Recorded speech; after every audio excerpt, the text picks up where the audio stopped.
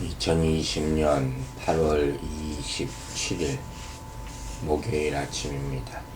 오늘 우리가 함께 묵상할 말씀은 창세기 34장 18절부터 29절 말씀이 되겠습니다.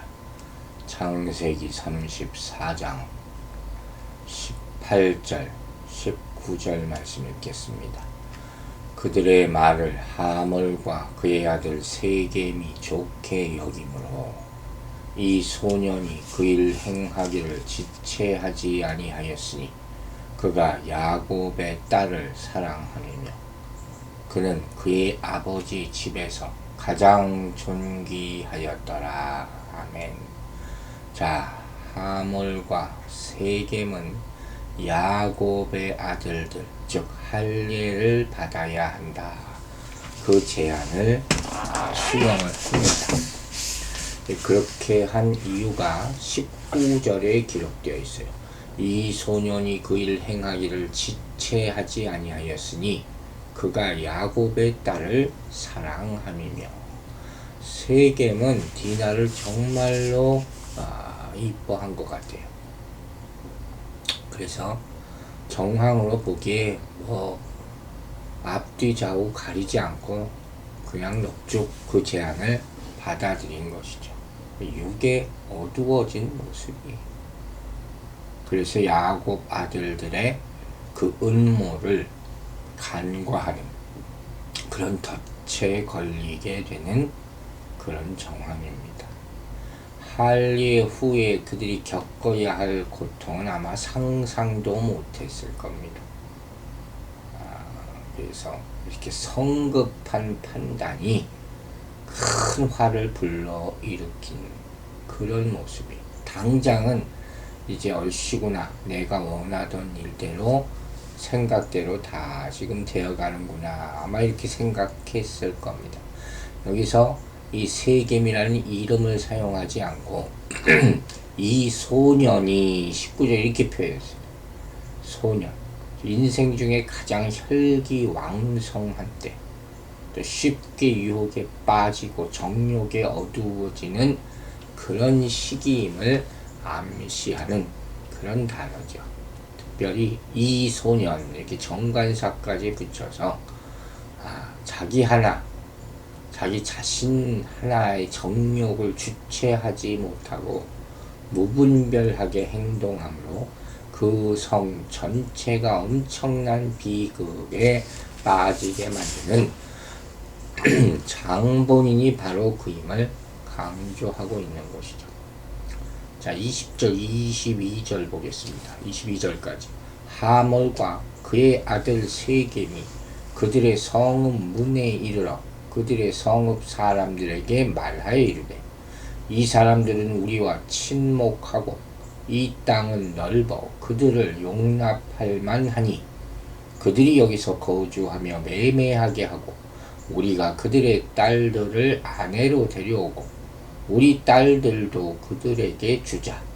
그러나 우리 중에 모든 남자가 그들이 할례를 받음같이 할례를 받아야 그 사람들이 우리와 함께 거주하여 한 민족 되기를 허락할 것이라. 완전히 넘어갔죠. 즉 이제는 자기 백성들을 설득합니다. 즉 하몰과 세겜은 지금 이 성읍 사람들에게 돌아와서 야곱의 가족들과 교류해야 할 명분을 자기들이 제시합니다. 그래서 할례를 받자고 제안을 하고 있습니다. 굉장히 낯선 거예요. 물론 할례에 대한 얘기가 그 당시하고 문헌을 보면 그 지역 사람들에게 알려져 있기는 한 것 같습니다. 그리고 또 하나, 함께 교류해야 될 명분을 제시한 것을 보면 자기들 땅이 넓으니까 함께 살면 서로에게 유익할 것이다. 경제적인 논리를 제시하는 것이죠. 넓어서 그들을 용납할 만하니 그랬어요. 즉 세겔은 말하기를 이 지리적 여건을 들어서 우리 지역의 발전을 소위 말하는 공약으로 내거는, 오늘날로 따지면 그런 모습이에요. 야곱이 지닌 자본을 지역 내에 유치함으로써 저들과 교역하여 얻는 실리적 이득을 백성들에게 설명한 것이죠. 그런데 이런 말이 있죠. 한민족 되기를 한민족 되기를 22절에 보면 성민의 염려 중 하나가 바로 이것일 거예요. 통혼을 하게 되면 이방 백성들과 필연적인 결과가 바로 부족이 섞이는 거죠. 단일성이 없어지는 것이죠. 한민족도 뭐 단일 민족이라 하지만 사실 단일 민족이 아니라는 그런 이론이 더 많지 않습니다. 섞일 수밖에 없어요. 몽고족들하고도 섞이고 그런 거죠. 그걸 두려워하는 것이죠. 그런데 이 세겜의 설명은 뭡니까? 이 희위 족속, 즉 자기들의 인구가 이스라엘보다 훨씬 많기 때문에 통혼하여도 그 문화가 동화되어 흡수되는 쪽은 오히려 이스라엘일 수밖에 없지 않느냐. 이미 일면이 근거가 있죠. 사실 이스라엘이 이방과 섞이면 다 그쪽으로 흡수됐죠. 어쨌든 지금 중요한 건 디나와의 혼인 문제죠. 이 사고 처리 문제예요. 그에게는 사랑이었지만 다른 사람들에게는 큰 사고였습니다. 결국 이렇게 성급하게 그가 이를 처리한 이유는 뭐겠습니까? 자신의 잘못을 희석시키고자 다른 사람들과 그 일을 함께 하기로 조장을 한 거죠. 이런 일 부지기수로 일어납니다. 여러분, 이런 일련의 전개 과정을 보면 바로 인간 사회의 어리석은 오판의 전형이 그대로 지금 나타나고 있는 거죠. 즉 사고를 치고 그 욕망에 눈이 멀어지는 것이죠. 죽을 길임을 모르고 유혹의 조건을 덥석 모르는 거죠. 욕망을 이루기 위해서 사회적 대의로 포장하고 거짓말을 진실처럼 내놓는 그런 모습입니다. 그리고 사람들은 여기에 다 군중심리 휩쓸려서 아무 생각 없이 따라가는 것이죠. 결국 자기도 죽고 사람들도 죽고 궤변이에요. 이걸 합리화하고 또 이것을 주장하는 일, 이런 일은 해서는 안 되는 것입니다. 그런 가문이설에 속지도 말아야 하는 것입니다. 실체를 보는 지혜, 분별력이 필요하다는 거예요. 자, 23절 보겠습니다. 그러면 그들의 가축과 재산과 그들의 모든 짐승이 우리 소유가 되지 않겠느냐. 다만 그들의 말대로 하자. 그러면 그들이 우리와 함께 거주하리라. 자, 여기 이제 하몰과 세겜의 속마음이 드러납니다. 그들의 가축과 재산과 그들의 모든 짐승이 결국 우리의 소유가 될 것이다. 그들이 보기에도 야곱의 재산이 어마어마했던 것 같아요. 짐승떼가 굉장히 많고 또 야곱 측으로 보기에는 세겜이라는 넓은 지역이 탐이 났겠죠. 서로 이해타산이 맞았다는 거예요. 근데 이로 말미암아 꼭 문제가 생깁니다. 과거에 아브라함과 롯이 헤어진 이유가 뭡니까? 함께 거주하기에는 짐승떼가 너무 많았기 때문에. 지금 당장은 어떨지 모르겠지만 나중을 생각하지 않은 것이죠. 그래서 롯이 소돔성에 정착했는데 롯에 대한 소돔성 사람들의 생각은 어땠습니까? 그들이 이르되 너는 물러나라 이랬어요. 또 이르되 이자가 들어와서 거류하면서 우리의 법관이 되려 하는도다. 이제 우리가 그들보다 너를 더 해하리라. 창세기 19장 9절에 나오는 말씀입니다. 즉 롯은 결국 소돔 땅에서 이방인 취급을 받게 되는 겁니다. 야곱도 숫곳에 계속 머물면 그들에게 이방인 취급받고 배척당하거나 이용당할 것이 분명한 것입니다. 24절입니다.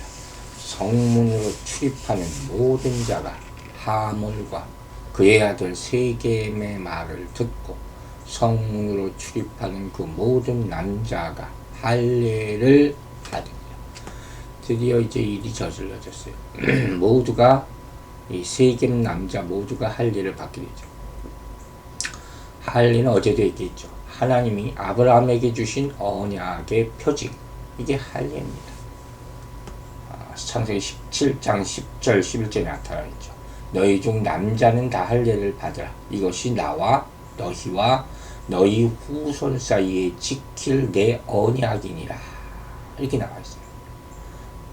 자, 그럼 봅시다. 할례는 누가 받을 수가 있습니까? 아브라함의 자손들, 아브라함의 집에 속한 모든 남자가 언약의 징표로 받는 것이 할례예요. 그러면 세겜성에 거주하며 출입하는 남자들은 아브라함과 관련이 있는 사람입니까? 아닙니까? 아니죠. 할례의 언약과는 아무런 관계가 없는 사람들이 이 사람들이에요. 그런데 할례를 왜 받습니까? 나중에 뭐 믿음과 연관된다면 뭘까? 그거 전혀 아니잖아요, 지금은. 세겜성 사람들은 아브라함의 이 언약에 대해서 듣도 보도 못했어요. 단지 야곱의 재산에 눈이 어두워서 욕망 때문에 지금 이런 일을 하는 거예요. 여러분, 신자들은 외적 조건과 형식만 갖추는 것이 아니라 참된 믿음을 갖춰야 됩니다. 하몰과 세겜은 할례가 가지는 신앙적인 정체성, 여기에 대해서 진지하게 생각하지 않았습니다. 그들에게는 단지 신체에 행하는 일종의 의식에 불과했다. 그래서 나중에 바울 사도가 뭐라고 합니까? 마음의 할례를 받아야 한다. 이렇게 얘기하는 거예요. 여러분, 우리는 성례에 대해서도 깊이 생각해야 됩니다. 이 거룩함이 오염되지 않아야 한다는 말씀입니다. 하몰과 세겜이 할례의식을 받아들인 이유는 일종의 탐욕 때문이었죠. 아무 생각 없어.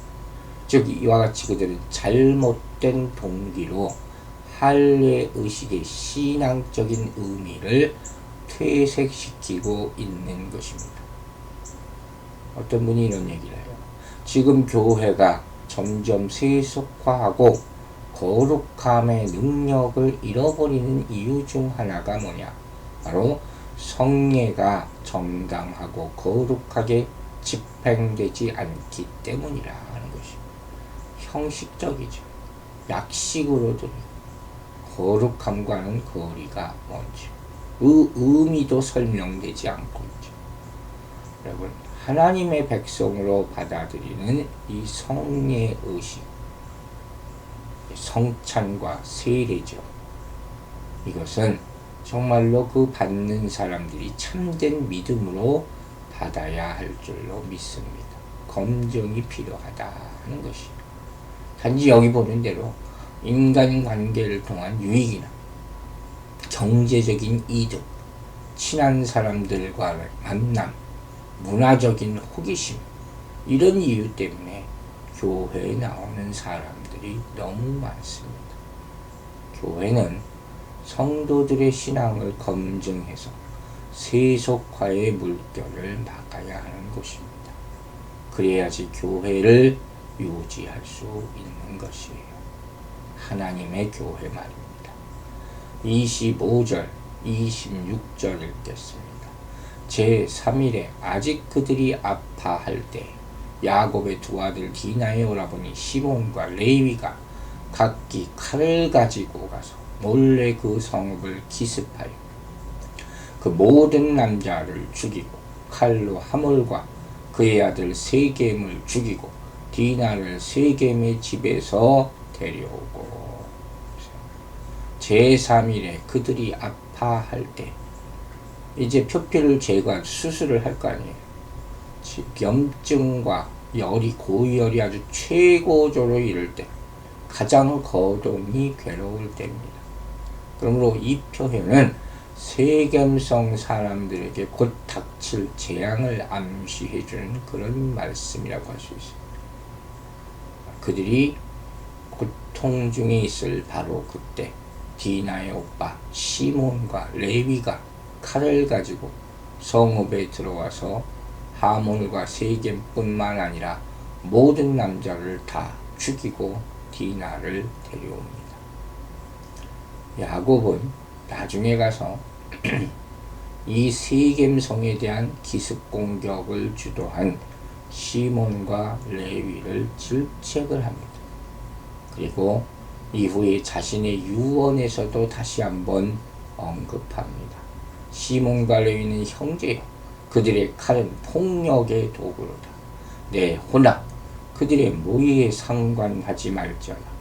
내 영광이 그들의 집회에 참여하지 말지어다. 그들이 그들의 분노대로 사람을 죽이고 그들의 형리대로 소의 발목 힘줄을 끊었음이로다. 그 노여움이 혹독하니 저주를 받을 것이요 분기가 맹렬하니 저주를 받을 것이니라. 그들을 야곱 중에서 나누며 이스라엘 중에서 흩으리로다. 참, 이런 저주가 어디 있습니까? 이들의 행동은 후대의 소수 유대인들에 의해서 영적인 행위로 칭송받기도 했지만 결국 야곱에 의해서 저주받게 되는, 동기가 어땠든 간에 이런 끔찍한 학살을 한 것은 절대로 정당화될 수 없습니다. 분노에 빠져서 폭력을 사용한다면, 탐욕스러운 노략질을 한다면 그런 모습에서 하나님의 백성으로서의 모습은 보이지 않는 것입니다.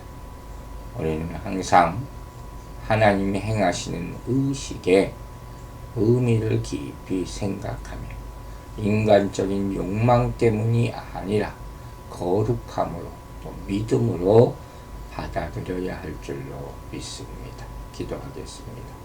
아버지 하나님, 오늘 아침에도 주의 말씀과 함께하게 하심을 감사드립니다.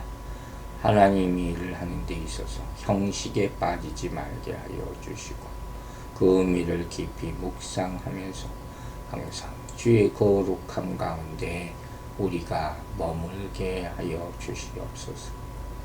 오늘 하루도 어떻게 살아야 할지 주님의 도우심을 구하는 그 마음으로 시작을 합니다. 우리 보호하여 주시고 성령이 깨우쳐 주시고 작은 일에서부터 큰 일에 이르기까지 하나님의 섭리와 계획을 깨닫고 인내하면서 승리하는 하루가 되게 축복하여 주시옵소서. 감사드리며 예수 그리스도의 이름으로 기도했습니다. 아멘.